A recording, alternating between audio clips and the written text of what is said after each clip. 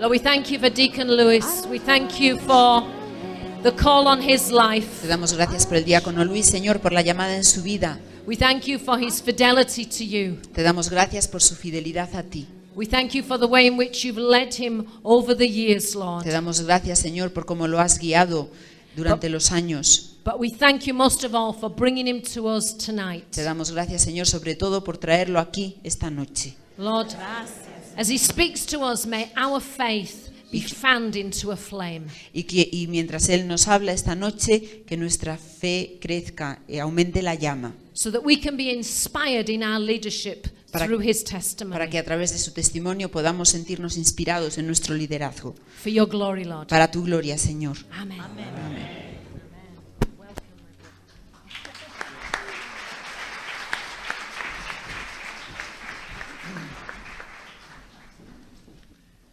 Después de este momento de oración así hay que como que respirar hondo, ¿verdad?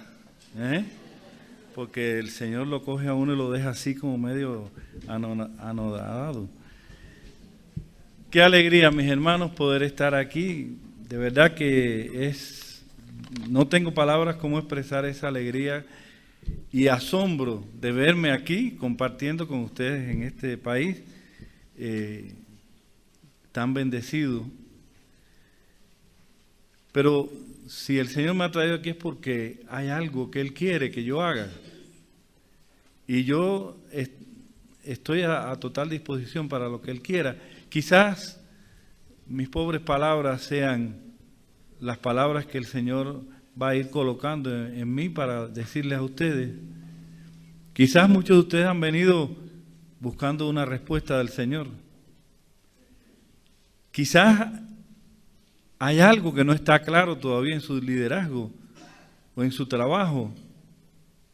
Yo confío, estoy seguro que el Señor en este fin de semana va a darles una claridad nueva para entender, pero no solamente para entender con la mente, sino para esa total entrega que Él necesita de nosotros como líderes en esta bendita renovación. Me ha tocado compartir la palabra del Señor no solamente en Cuba. Hace muchos años, una hermana de mi grupo de oración recibió una profecía donde me decía que me veía predicando en otros países. Y yo, la verdad que no le creí mucho. Porque en aquella época, en Cuba no había manera de salir de viaje ni de que vinieran tampoco. Era todo muy cerrado. No había viaje, no había permisos para salir de Cuba. Y yo decía, ¿cómo va a ser eso? Pero como para el Señor no hay nada imposible, el Señor empezó a abrir puertas y ventanitas o rendijas. Yo no sé por dónde lo mete a uno. Pero me sacó de Cuba en varias ocasiones y llevo varios años predicando. Me invitan en distintos países. Yo no voy a decir los países para que nadie se ponga celoso. Pero han sido una bendición para mí porque siempre que tengo oportunidad de compartir la palabra de Dios, eso es lo mejor que yo sé hacer. Compartir no con términos teológicos difíciles, no, con lo que hay en el corazón, con lo que el Señor ha puesto en mí, con lo que me ha hecho vivir desde mi pobreza. Ahí les va la palabra que el Señor quiere para ustedes hoy. Todos tenemos problemas, ¿sí o no? Sí. Yo nunca me he encontrado a alguien que me diga que no tiene ningún problema, que lo tiene todo solucionado. Ni aún los millonarios. Yo he predicado frente a millonarios, gente de mucho dinero, pero que se han rendido después de rodillas llorando, pidiendo que oraran por ellos, porque aunque tienen de todo materialmente, su corazón está vacío de amor y de paz. Todos tenemos problemas y cuando se trata de resolver esos problemas, al margen de Dios siempre viene la misma historia, es la catástrofe.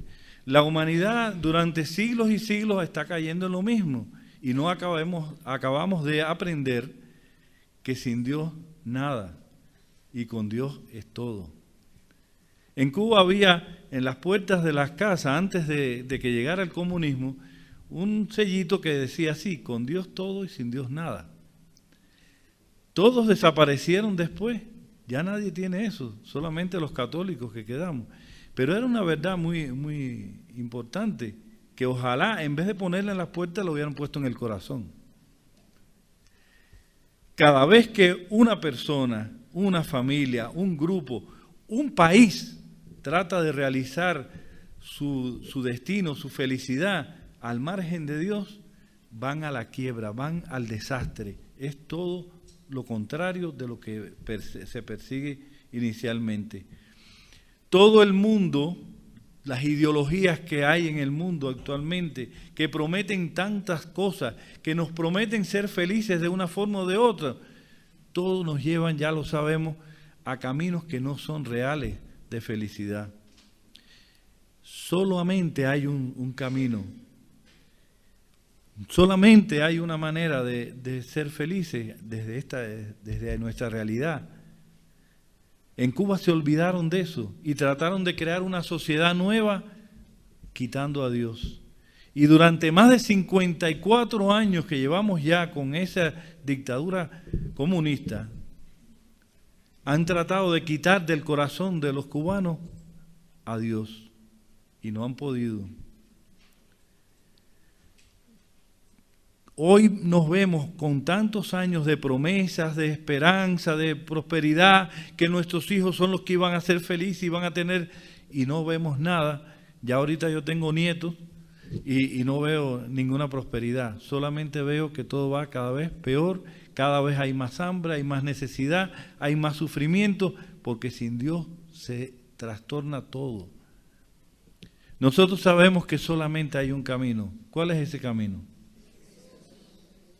Por eso no se convierte nadie, porque ustedes responden con un hambre. ¿Quién es el camino? ¿Qué dijo Jesús? Yo soy el camino, la verdad y la vida, y no hay otro. Sí, claro, si entra a nuestro grupo de oración una persona que dice que no tiene fe y nos dice: ay, Señor, bendito sea, así con desgano. Dice: esto es tan aburrido, me voy. Miren, en Cuba, yo les quiero compartir un poquito. Yo no quiero decirles todas las miserias y desgracias que hay en Cuba, porque eso, mira, cojan periódicos, cojan historiadores que hay escribiendo por ahí, o vayan allá y háganos la visita, y ya van a ver. Yo quiero compartir sobre todo lo que el Señor ha hecho en medio de nosotros, a pesar de que han tratado de crear una sociedad y un futuro cubano sin Dios. Y cuando yo hablo de esto, siempre me viene a la mente un pasaje de la Biblia que para mí es casi como un retrato de lo que estamos viviendo. Les voy a leer un pedacito. En el libro de Ezequiel, en el capítulo 37, leemos lo siguiente: escuchen, porque esto es palabra de Dios, y que es para nosotros allá, pero es para ustedes también. Ezequiel 37. La mano del Señor fue sobre mí, y por su espíritu el Señor me sacó y me puso en medio de la vega, la cual estaba llena de huesos. Me hizo pasar por entre ellos en todas las direcciones. Los huesos eran muy numerosos por el suelo de la vega y estaban completamente secos. Me dijo: hijo de hombre, ¿podrán vivir estos huesos? Yo dije: Señor, tú lo sabes. Palabra del Señor. Imagínense esa escena por un momento. Un campo extenso lleno de huesos secos. ¿Qué significa un campo lleno de huesos secos? Que no hay vida, que no hay posibilidad de nada. eso se murió, ya no hay más nada que hacer, ¿verdad? Así era la cosa. Les voy a explicar ahora lo que sucedió en Cuba, que yo lo identifico un poco con esto, pero que esto también puede pasar aquí, quizás no a nivel material, pero quizás está pasando en el corazón de la gente que está seco, muerto como ese campo, que no tiene esperanza. Cuando llegó la Revolución Comunista a Cuba, Cuba era un país católico. Todos los cubanos se decían católicos, aunque no todos iban a la iglesia, pero todos estaban bautizados y tenían una fe. Pero llegó el comunismo y empezó a cambiarlo todo. Una revolución hecha a la fuerza, con apoyo del pueblo, porque todos querían quitarse la dictadura anterior, pero no se sabía lo que venía después. Empezó a haber problemas. Yo quiero decirles que, por ejemplo, cuando Fidel Castro estuvo iniciando la revolución, que asaltaron unos cuarteles en la parte oriental y fracasaron y los persiguieron, el que escondió a Fidel Castro fue el arzobispo de Santiago de Cuba. Lo escondió en su casa y por eso no perdió la vida Fidel Castro. Pero ese mismo obispo, cuando llegó la revolución, que empezó a manifestar la tendencia comunista, porque al principio no lo decía, empezaron primeramente a expropiar los colegios católicos. Todos los colegios católicos se los cogió el gobierno. Este obispo mismo que lo salvó la vida, empezó a decir que esto era comunismo, cuando todavía no se había declarado. Él estaba muy claro. Pero empezaron a expropiar los colegios, luego empezó a haber saqueos en las iglesias, cerraron iglesias, pusieron presos a muchos sacerdotes y sin excusa ninguna, sin ninguna explicación de nada, llegaban a la iglesia, usted el sacerdote tiene que acompañarnos, sin explicación ninguna. Allí los tuvieron, los martirizaron casi psicológicamente, porque a muchos les decían que los iban a matar y sonaban disparos en el patio y decían, ese es uno de ustedes que ya cayó. Y esa tortura psicológica la hicieron con muchos y después no los mataron. Pero ¿qué hicieron? En un día, más de 200 sacerdotes los montaron en un barco y los expulsaron del país. Y una cantidad similar de religiosas. Y los laicos que había en la iglesia, laicos de Acción Católica, se marcharon del país. Y en menos de 6 meses, todo el país estaba, todas las parroquias, todas las iglesias estaban vacías. No había sacerdotes, no había laicos, no había religiosas, nadie que atendiera la iglesia. Y la gente que iba a la iglesia tuvieron miedo y dejaron de ir. Y de pronto en 6 meses todo era un caos, como ese campo de huesos secos. No se entendía, era la primera experiencia en América Latina de una revolución comunista. No se sabía qué era aquello ni cómo enfrentar aquello, los obispos mismos no sabían. Las iglesias se quedaron vacías. Solamente un reducido número de personas siguieron yendo donde todavía había algún sacerdote. Un sacerdote amigo mío que murió este año, por cierto, era español, franciscano, capuchino. Su nombre de fraile es Félix, Fray Félix, pero su nombre de nacimiento es Jacinto. Y cuando la policía vino buscando al padre Félix, él enseñó su pasaporte español y dijo, no, yo soy Jacinto. Y no se lo llevaron, pero estuvo varios días escondido dentro del tanque de agua, sin agua. Se escondía ahí. Cada vez que veía movimiento de policía, eso se metía en el tanque de agua. Y así no lo expulsaron del país. Y él hacía ese cuento en confianza para que vean las cosas que el Señor inspira a veces, ¿no? Mis hermanos, durante una década, toda esa década del 60, la Iglesia Católica en Cuba estuvo muy abandonada. Los templos, todavía hay templos cerrados, todavía hay templos que no se han podido reparar, templos que están sin techo. Una cantidad enorme, como yo le decía, de sacerdotes fueron expulsados. No había atención pastoral posible. No permitían entrar sacerdotes tampoco. El seminario, los dos seminarios que había, disminuyeron las vocaciones, por supuesto. Durante toda esa década había una gran aridez y por todos los medios de comunicación, la radio, la televisión, el cine, los periódicos, era un continuo ataque contra la religión, contra la fe, contra Dios. Yo recuerdo cuando yo era niño, yo tenía 7, 8 años por ahí, la profesora, una de las profesoras se enteró que yo iba a la iglesia y que yo era acólito en la iglesia. Y una mañana me pararon en el patio de la escuela, delante de todos los alumnos, a burlarse, a un niño de 7 años, a burlarse porque decían que iba a la iglesia y que iba a besarle los pies al cura. Y yo lloraba de rabia y de impotencia, porque yo era un niño, yo no entendía por qué me hacían eso, si yo no le hacía mal a nadie. Toda una escuela burlándose, haciéndome burla. Y eso fue duro. Pero yo no fui el único que sufrió eso. Muchos niños, mucha gente, y muchos se fueron de la iglesia.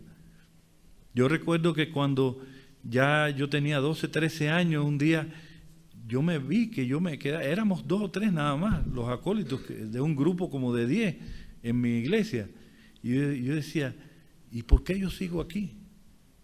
Yo había comenzado después de todo eso una crisis de fe. Y yo estaba también medio seco. Yo no sentía a Dios, pero sin embargo no dejaba de ir a la iglesia. Y yo creo hoy en día que fue algo de gracia de Dios, que un día yo me cuestioné por qué yo seguía yendo a la iglesia si yo no sentía nada, ni entendía nada. Pero yo recuerdo que yo estaba entrando a mi casa y en la puerta yo tomé una decisión.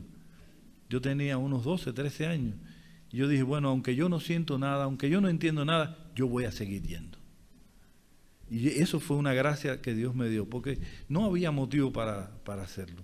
Y yo seguí yendo a la iglesia, fui un joven en mi comunidad, pero espiritualmente estaba en una crisis. Externamente yo era un joven bueno, practicante, pero estaba en crisis.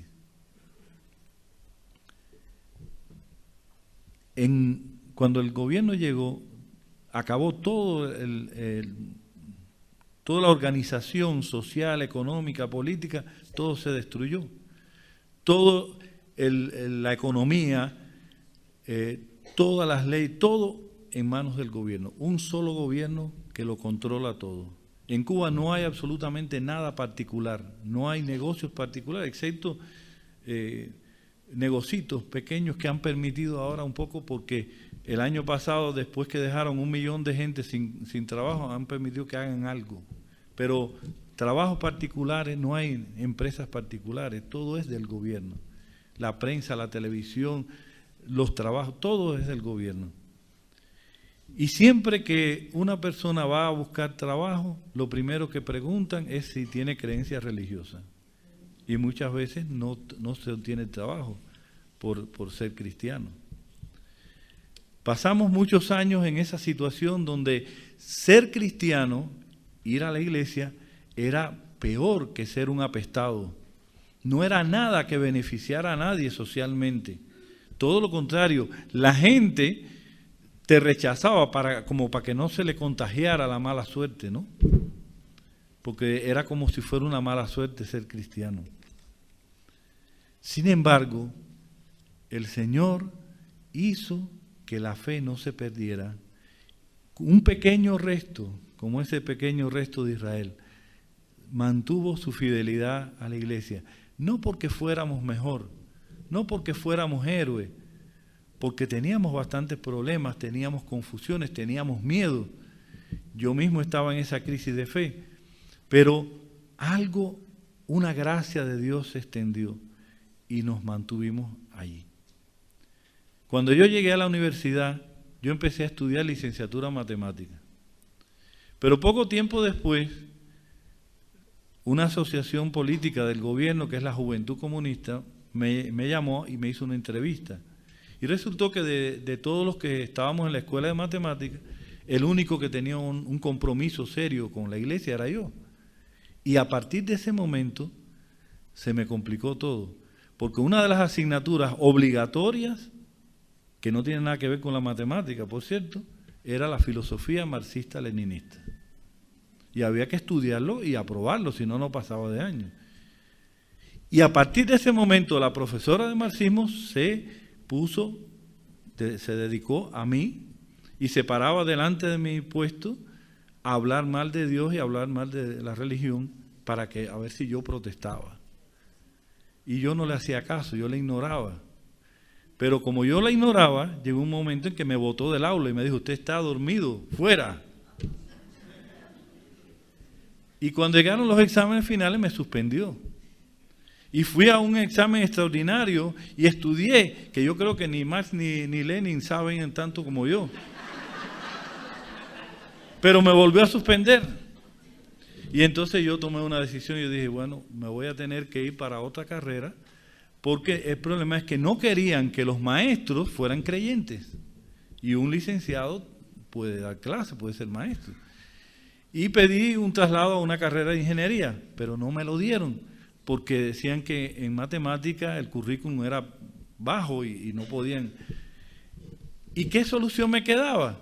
Bueno, seguir, pasar al siguiente año, seguir arrastrando a esta señora con su persecución por la religión y tratar de aprobarlo. Pero yo decía, me va a hacer lo mismo. Y entonces yo opté por una tercera opción que decía, la ley allí decía que si yo causaba baja porque no me presentaba a los exámenes, era baja temporal por 2 años y después matriculaba otra vez en la universidad. Y yo me fui por ahí y me pasé 2 años trabajando en un taller picando hierros para hacer muebles de metal, con una palanca picando hierro. La suerte es que yo estaba fuerte cuando eso. Yo practicaba deporte, practicaba judo. Y en medio de todo eso, con mis crisis de fe, un poco como que yo vivía mi fe, pero en la calle yo no decía nada. Como todos los católicos estábamos como replegados, estábamos cuidándonos, protegiéndonos dentro de los templos de todo el ataque, pero fuera no hacíamos nada. Y en eso, yo recuerdo que una vez nos dieron un panfleto de estudio político que era sobre la religión y decía que en 10 años iba a desaparecer la religión en Cuba. Y yo quisiera saber dónde está el que escribió eso, para reírme en su cara, porque han pasado mucho más, 50 y pico de años y la fe está todavía, y peor, mejor todavía.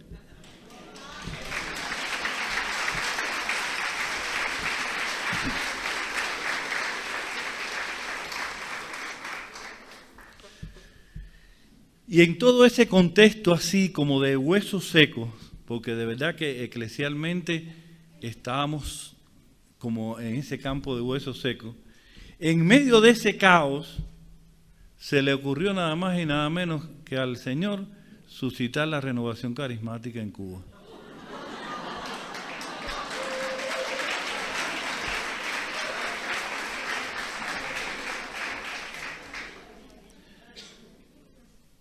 Todos sabemos que la renovación, oficialmente el nacimiento fue en Estados Unidos en 1967, pero 10 años después, en 1977, oficialmente ya había un grupo de oración, un grupo en toda la isla que funcionó durante más de 10 años. ¿Y cómo fue eso? No había, en esa época, nadie del exterior podía venir.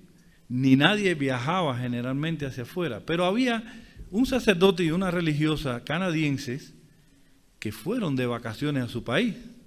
Y cuando fueron allá, tuvieron la experiencia de conocer la renovación carismática.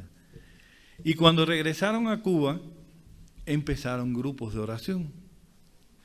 El padre, el pobre, la verdad que le tocó la peor parte, porque él estaba en una diócesis donde era peor que en ninguna otra parte de Cuba los ataques del gobierno con la religión. Y el obispo tenía mucho miedo a todo lo nuevo que podía crearle problemas con el gobierno. Y el grupo de oración que empezó el padre no continuó, no pudo continuar. Pero esta religiosa en La Habana, la hermana Eliet, siguió el grupo, pero con tanta precaución que nunca habló de renovación carismática. Nunca habló de bautismo o efusión del Espíritu Santo. Nunca nos dijo nada de los carismas. Solamente nos decía grupo de oración. Pero así, con otros nombres, recibimos el seminario de vida en el Espíritu, con otro nombre. Y yo recuerdo la noche en que yo recibí por primera vez ese bautismo en el Espíritu Santo, que no sabía que se llamaba así. Y fue algo tan extraordinario. Yo que había llegado a ese grupo un año antes, eso fue casi al principio, era el primer grupo, por eso yo soy de ese grupo. Cuando yo llegué allí con mi crisis de fe, la hermana, a los 2 o 3 que llegamos nuevos, nos preguntó por qué veníamos. Y uno dijo que bueno, porque quería conocer más de la Biblia, otro dijo que quería aprender a orar, y cuando me tocó a mí, yo la verdad que no sabía qué decir, y lo que me salió yo ni lo pensé. Yo dije, yo vengo buscando a Cristo. Pero mis hermanos, parece que el Señor tomó en serio eso.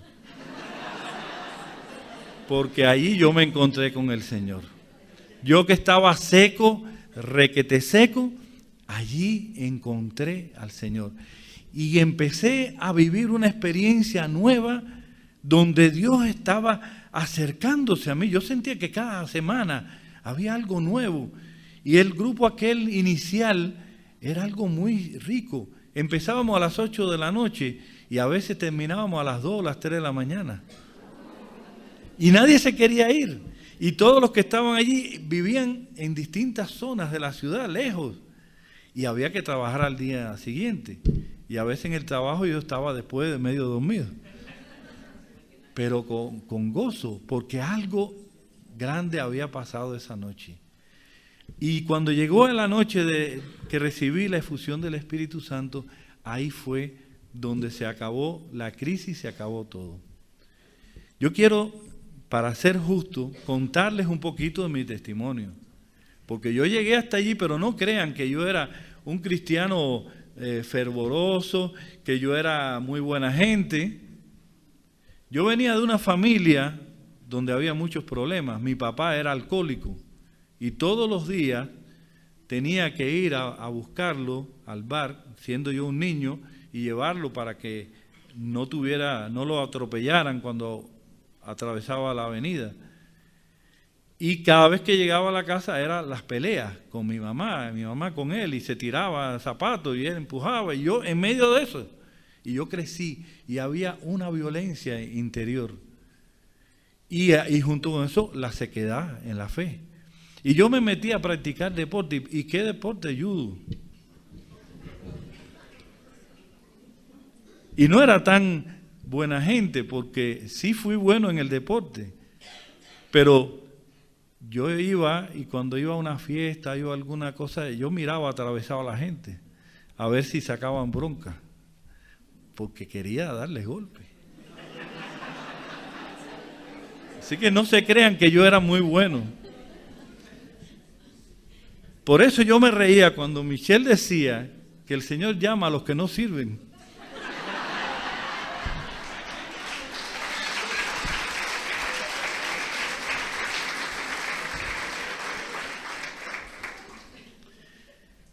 Aquella noche en que, sin imposición de manos, por cierto, pero se oró pidiendo un nuevo bautismo en el Espíritu Santo, yo recibí esa gracia de Pentecostés. Y yo experimenté un amor tan grande de Dios que me rodeaba por todos lados como nunca yo había experimentado. Y yo recuerdo que en el salón aquel habían 30 y pico de personas y había un silencio tremendo. Y de pronto ya yo no podía más con aquella experiencia y me puse de pie y le dije a la gente, señores, si Dios nos ama así, somos unos tontos preocupándonos tanto por las cosas. Hay que amar a Dios y amar a todos. Y la gente me miraba así como diciendo, y ese se volvió loco. Se volvió loco. Y yo creo que sí que me volví loco, pero del amor de Dios, mis hermanos. El Señor me volvió loco de su amor.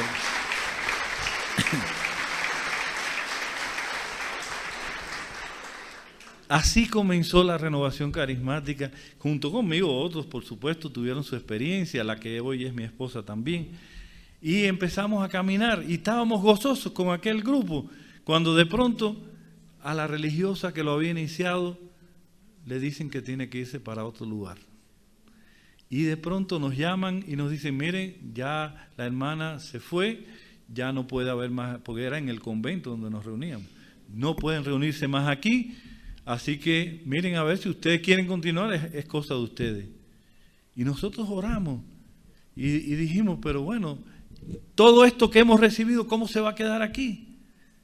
Yo recuerdo que yo le decía a mi esposa, en aquel entonces, yo no sé, porque no sabía el nombre, no sabía lo que era la efusión. Yo no sé lo que es esto, pero es algo que no puedo estar quieto. Tengo que compartir con otros, quiero que otros vivan lo que yo estoy viviendo. Me cambió todo. El Señor cambió mi corazón, sanó mi violencia, sanó todas mis heridas y me hizo una criatura nueva. Y por eso yo me he metido en tantos líos, predicando por todos lados, viviendo en medio de aquella sociedad todo ese amor de Dios, que lo hace a uno meterse en cosas. Les cuento rapidito. Y yo no sé si me va a alcanzar el tiempo, por eso quizás mañana les continúo. Pero en una ocasión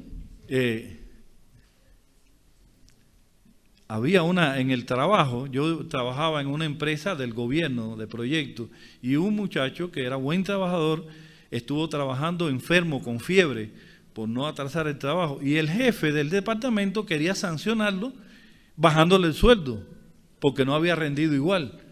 Y en una reunión él preguntó y la gente iba a decir que sí porque tenían miedo. Pero yo levanté la mano y yo le dije, usted es un mentiroso. Yo no sé de dónde me salió eso, pero yo había estado leyendo leyes y había leyes, cosas que él decía que contradecían eso. Y yo le dije todo eso delante de todo el mundo. Y le dije, es injusto porque él ha trabajado enfermo. Él podía haberse acogido al certificado médico y sin embargo y ahora usted quiere sancionarlo. No estoy de acuerdo. Y me viré a la gente y le dije, yo no sé lo que ustedes piensan, pero yo creo que no es justo. Yo voto porque no. Y cuando el jefe preguntó, nadie votó por sancionarlo, todo lo contrario. Y se salvó aquel muchacho. Son las cosas que, aunque uno tiene miedo, el Señor te hace hacer porque Dios es justo. Pero eso me trajo problemas. Porque entonces este hombre, este jefe, no me perdonó que yo le dijera mentiroso.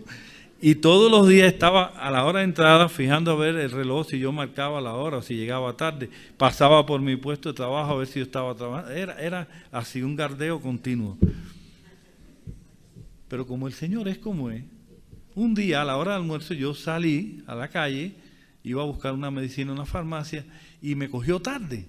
Y yo dije, déjame entrar no por la puerta principal, sino por otro, que casi nadie anda por ahí para no encontrarme con este señor. Y resulta que cuando cojo por una callecita, ahí estaba el hombre.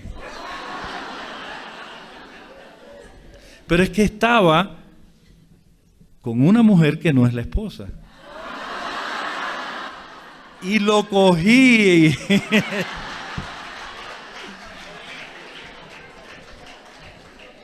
Ay, se me fue. Lo vi, lo agarré.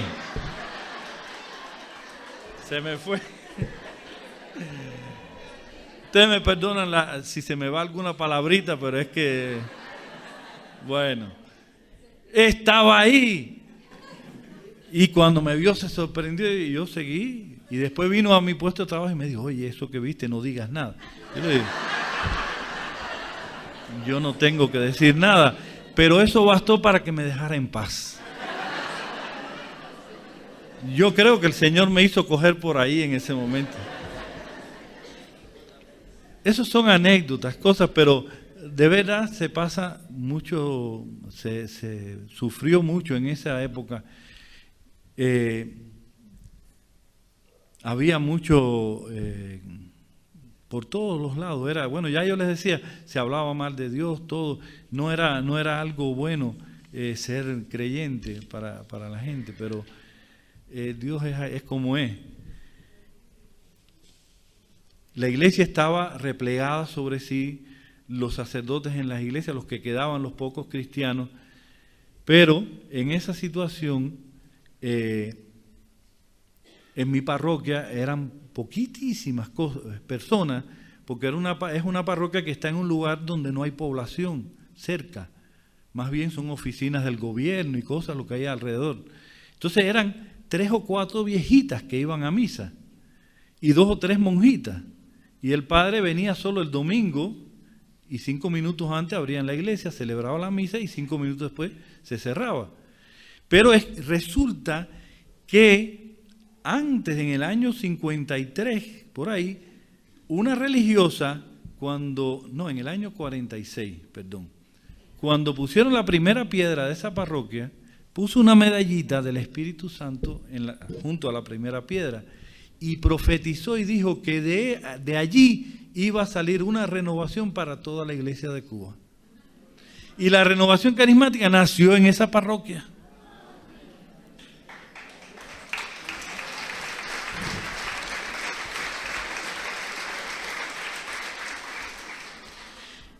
Cuando la religiosa la cambiaron, estuvimos orando y sentimos, mi esposa y yo, que no podíamos dejar que muriera esa experiencia. Y nos reunimos un grupito que quedábamos delante del sagrario en la iglesia y le pedimos al Señor, Señor, aquí nos tiene. Si tú quieres que esta experiencia, no sabíamos cómo se llamaba, siga en Cuba, pues aquí nos tiene. Y poco a poco el Señor empezó llamando gente nueva y se volvió a hacer el grupo. Pero entonces el párroco, ya hablamos con él porque ya las hermanas nos habían dicho que en el convento no podíamos, le pedimos permiso al párroco y el párroco nos miró así como extrañado, ¿no? Estos bichos, ¿de dónde salieron? Y nos dijo, bueno, mire, ustedes pueden reunirse al fondo, en la cocina, allí donde nadie los vea, entre calderos y eso, ahí es donde pueden reunirse. Y nosotros hicimos el grupo de oración en la cocina de la parroquia, entre todos los cacerolas y todas esas cosas, donde nadie nos viera, porque no querían, los párrocos no querían nada de esto. Pero ahí fuimos y seguimos, y el Señor fue bendiciéndonos. Nosotros no teníamos libros, no teníamos experiencia, no teníamos nadie de experiencia que nos enseñara qué cosa era la renovación, ni sabíamos el nombre. Pero empezamos a reunirnos y en eso una religiosa nos presta un libro, porque había algo en el libro que se parecía a lo que nosotros hacíamos.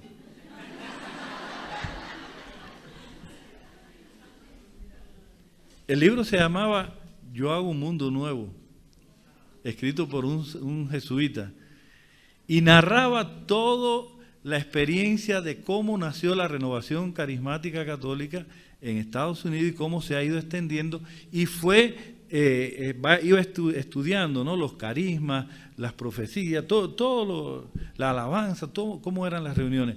Y era muy interesante porque nosotros empezábamos a leer, yo lo tengo todavía todo subrayado, y leíamos y decíamos, mira, pero entonces lo que estamos haciendo está bien. Eso es lo que estamos haciendo. Y mira esto otro. Esto se llama efusión, bautismo en el Espíritu. Y empezamos a darnos cuenta que lo que nosotros estábamos viviendo era la renovación carismática. Y no lo sabíamos. Pero ese libro nos hizo caer en la cuenta. Y entonces ya fue con toda conciencia pedirle al Señor que nos enseñara. Señor, tienes que darnos dirección tú, porque no tenemos más nada. Ese libro no lo bebíamos. Yo no sé cuántas veces me lo leí, pero ya no había más.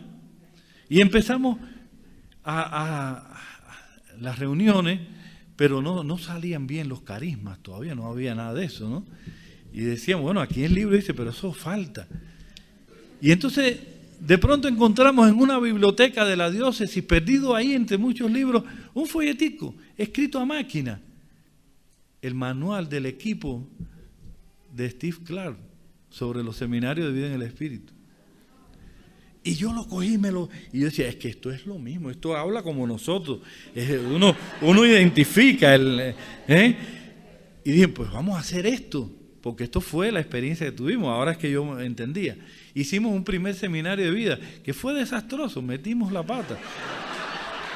Pero el Señor bendijo mucho y muchos fueron, el actual asesor nuestro de la renovación, que no era sacerdote todavía, recibió la efusión del Espíritu esa noche, esa vez.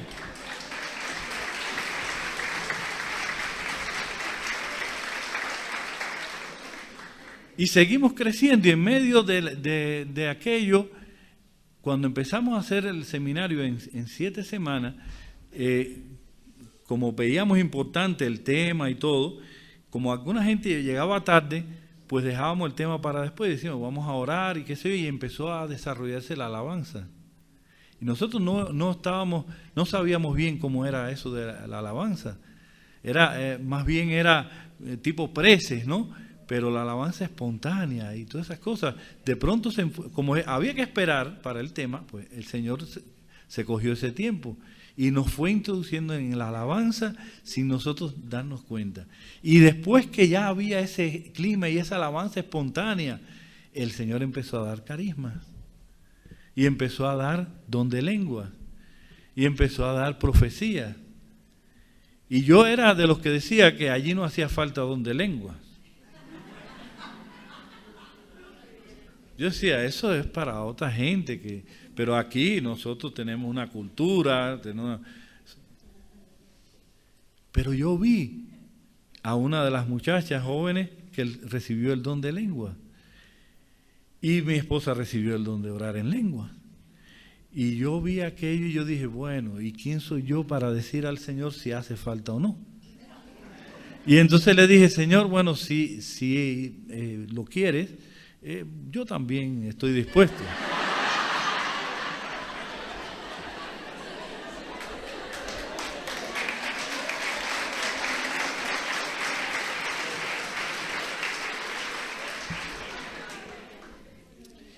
Y así recibí esa oración en lenguas que para mí ha sido una gran bendición.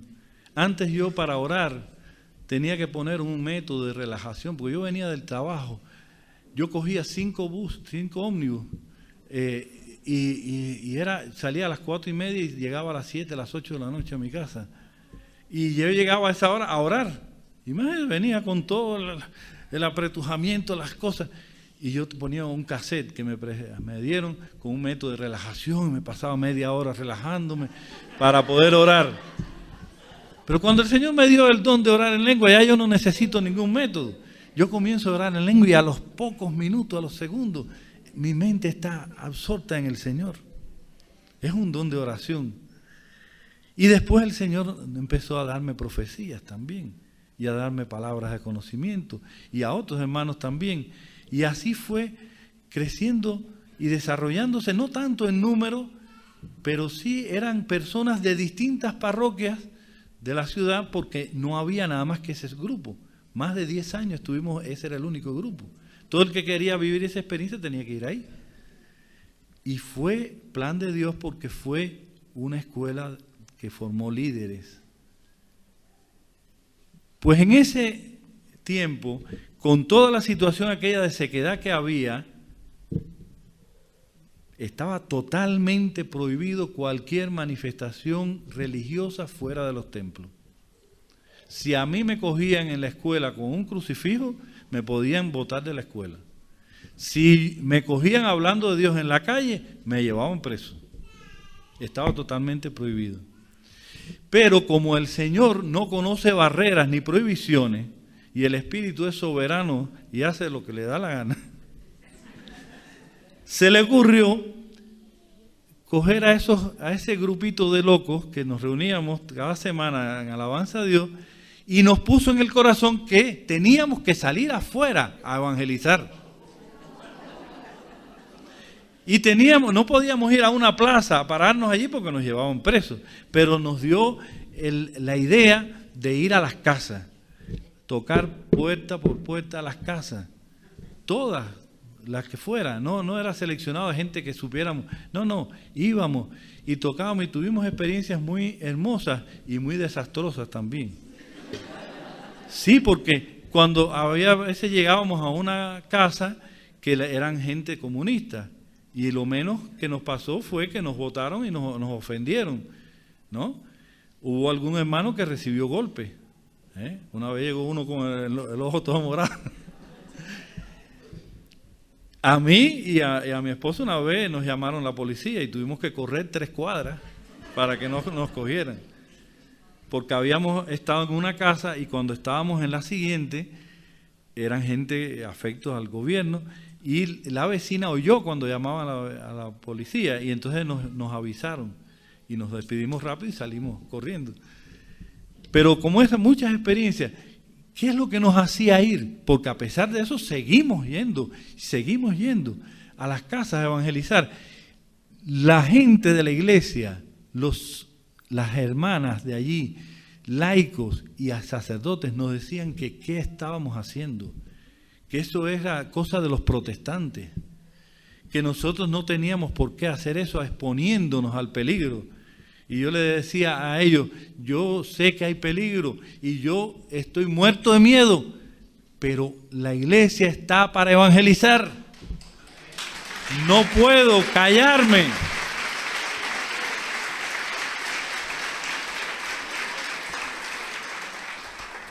Y aquello que yo recibí aquella noche, yo no me la he podido callar nunca. Hace más de 35 años que sigo proclamando el amor de Dios a todas partes, donde quiera. Yo no paso mucho trabajo con los temas, porque siempre digo lo mismo. Dios les ama, mis hermanos, con un amor inmenso. Es imposible, para mí es imposible que una persona tenga esa experiencia de encuentro con el Señor, con Jesús vivo, y se quede igual. Cuando yo veo a una persona que dice que sí, que fue bautizado en el Espíritu, pero que no vibra, que no tiene ese calor, ese fuego en el corazón, yo digo, algo ahí anduvo mal. Tú puedes haber pasado un seminario de vida, 2, 3, 10,000, pero a lo mejor no recibiste la efusión del Espíritu. Como es, porque es imposible. Todo encuentro con el Señor verdadero, auténtico, te cambia. Es imposible que tú te encuentres con Jesús cara a cara y sigas siendo el mismo. Miren, si no, lo que le pasó a Zaqueo. Zaqueo no era muy buena gente,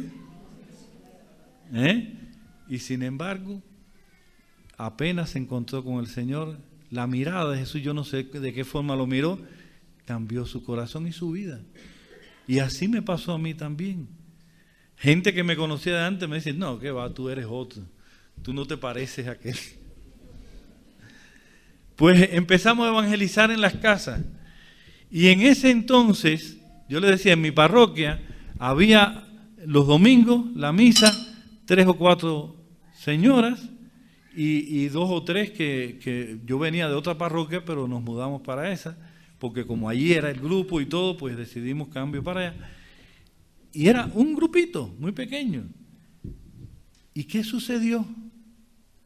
El párroco tuvo que irse, era canadiense, tuvo que irse a su país. Y yo tenía que buscar un sacerdote todos los domingos para que fuera a celebrar misa. Pero a los 5 meses, cuando el párroco regresó, se quedó boquiabierto.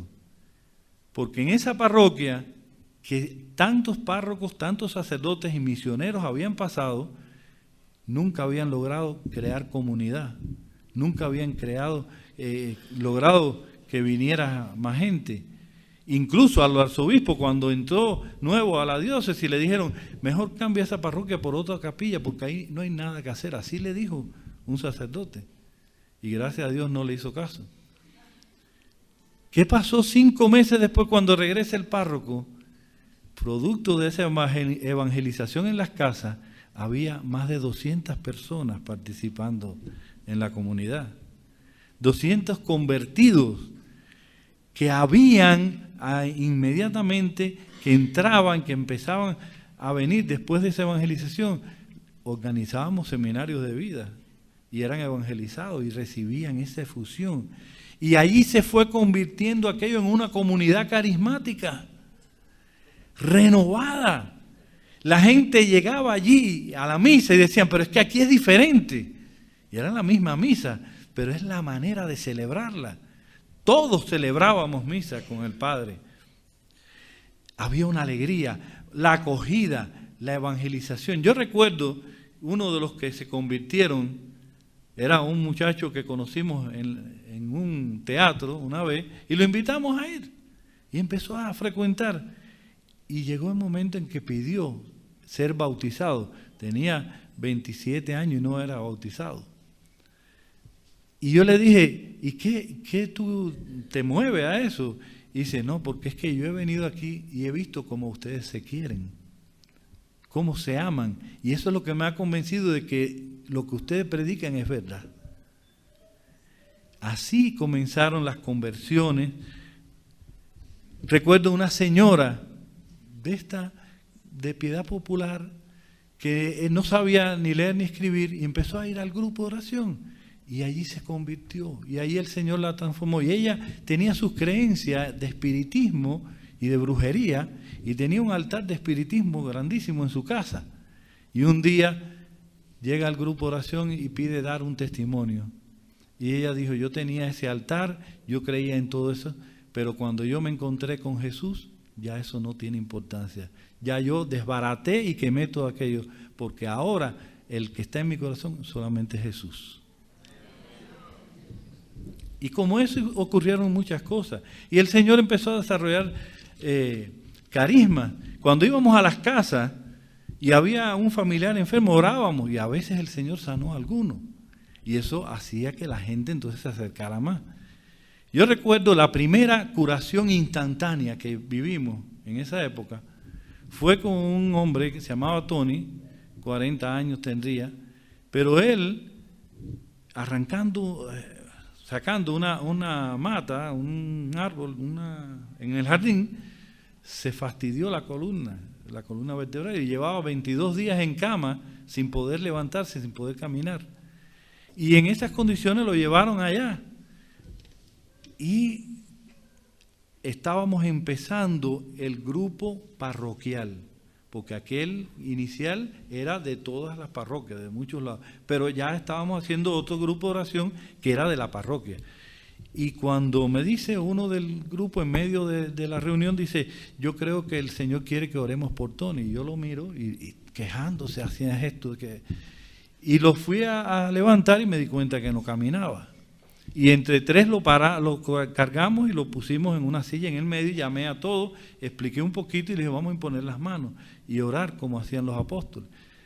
Y cuando yo fui a poner las manos ya no tenía dónde, porque eran tantas manos.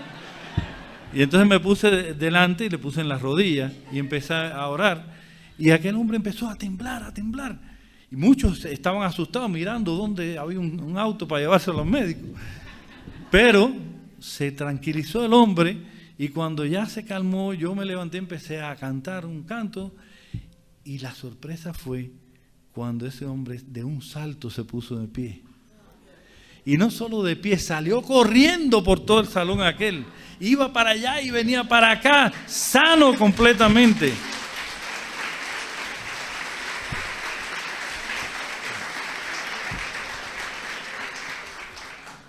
Mis hermanos, cuando dejamos obrar al Señor, el Señor hace maravillas.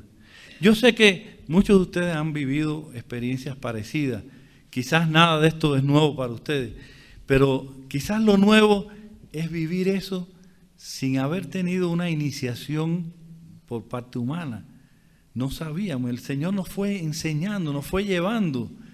No teníamos escuela donde aprender, no teníamos libros. Y la novedad quizás también está en el ambiente en que esto estaba pasando. Los obispos no querían saber nada de renovación carismática, pues ni siquiera habían oído hablar de eso. El gobierno no quería, nos tenían miedo. Vamos a ver después, les voy a contar lo que pasó. Pero yo voy terminando porque ya estoy ya pasadito, pero comenzaron a hacer todos esos frutos, todas esas cosas. El arzobispo, que hoy es cardenal, cuando lo nombraron arzobispo, entró en la diócesis, yo fui a conocerlo, me lo presentaron, estábamos en una reunión donde él estaba y yo hablé con una hermana para que me presentara y me presentan al obispo, yo muy contento. ¿Y qué espera? Me echó un cubo de agua fría. Le dice, mire, él es de los grupos de oración tal, y él me dice, ah, sí, a mí no me gustan esos palmaditas ni esos cantos carismáticos. Ese fue el primer encuentro con el obispo. Y yo la verdad que salí de ahí, pero como yo soy tan terco como el Espíritu es terco cuando quiere algo, yo dije, ok, vamos a orar por él. Y le dije a todo el mundo, oración por el obispo. Primero porque lo necesita, porque el obispo anterior, el Papa se lo tuvo que llevar a Roma porque se enfermó de los nervios, porque el trato con el gobierno es muy duro allí, no fue muy duro, no resistió. Yo le dije, hay que orar por él porque la carga que él tiene es muy grande, pero hay que orar por él para que se dé cuenta que la renovación es obra de Dios. Y así empezamos a orar por él. Y en un momento él fue a la parroquia, aquella que le habían dicho que la cambiara porque allí no había nada que hacer. Y se encontró una comunidad renovada, viva, dinámica, evangelizadora, y se quedó boquiabierto. Y preguntó, ¿y aquí qué pasó?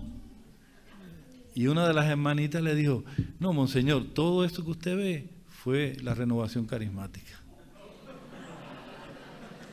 Y fue la primera señal que el Señor le dio a él para que se diera cuenta que la renovación no es lo que él pensaba.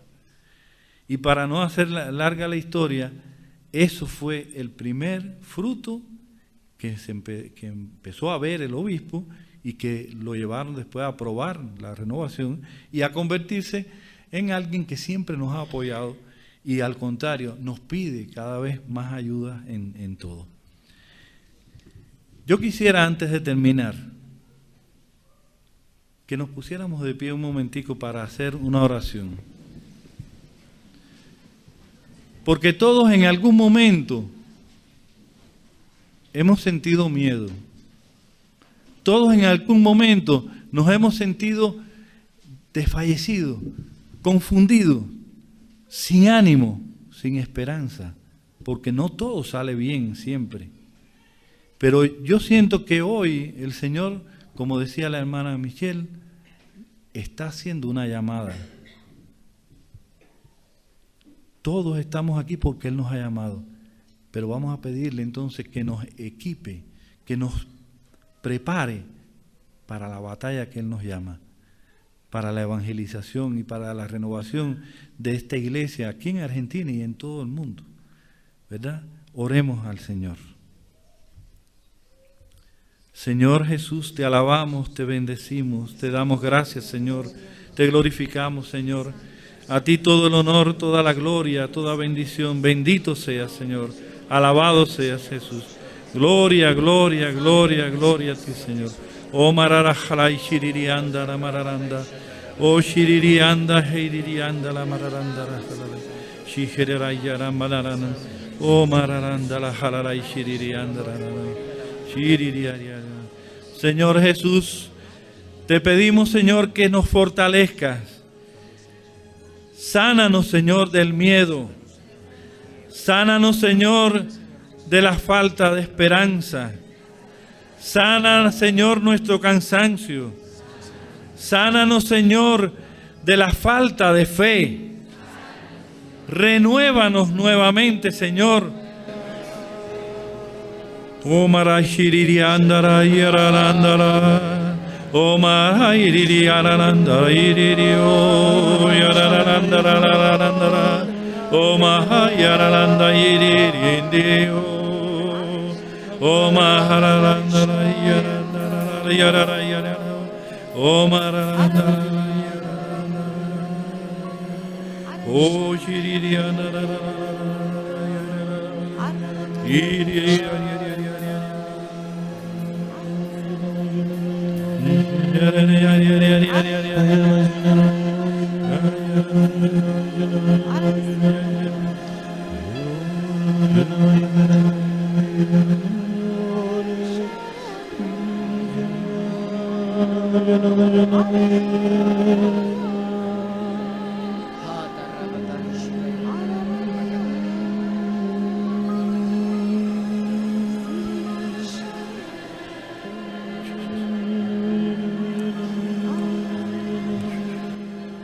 Reaviva, Señor, reaviva la llama en nosotros. Enciende nuestros corazones, Señor. Haz que ardamos en ese fuego del Espíritu que no se apaga y que nos hace pasar por encima del miedo, por encima de las dificultades, porque queremos, nos impulsa a llevar tu palabra para que otros te conozcan, Señor. Enciéndenos, Señor. Gracias, Señor Jesús. Bendito seas. Alabado seas, Señor. Glorificado seas, Señor.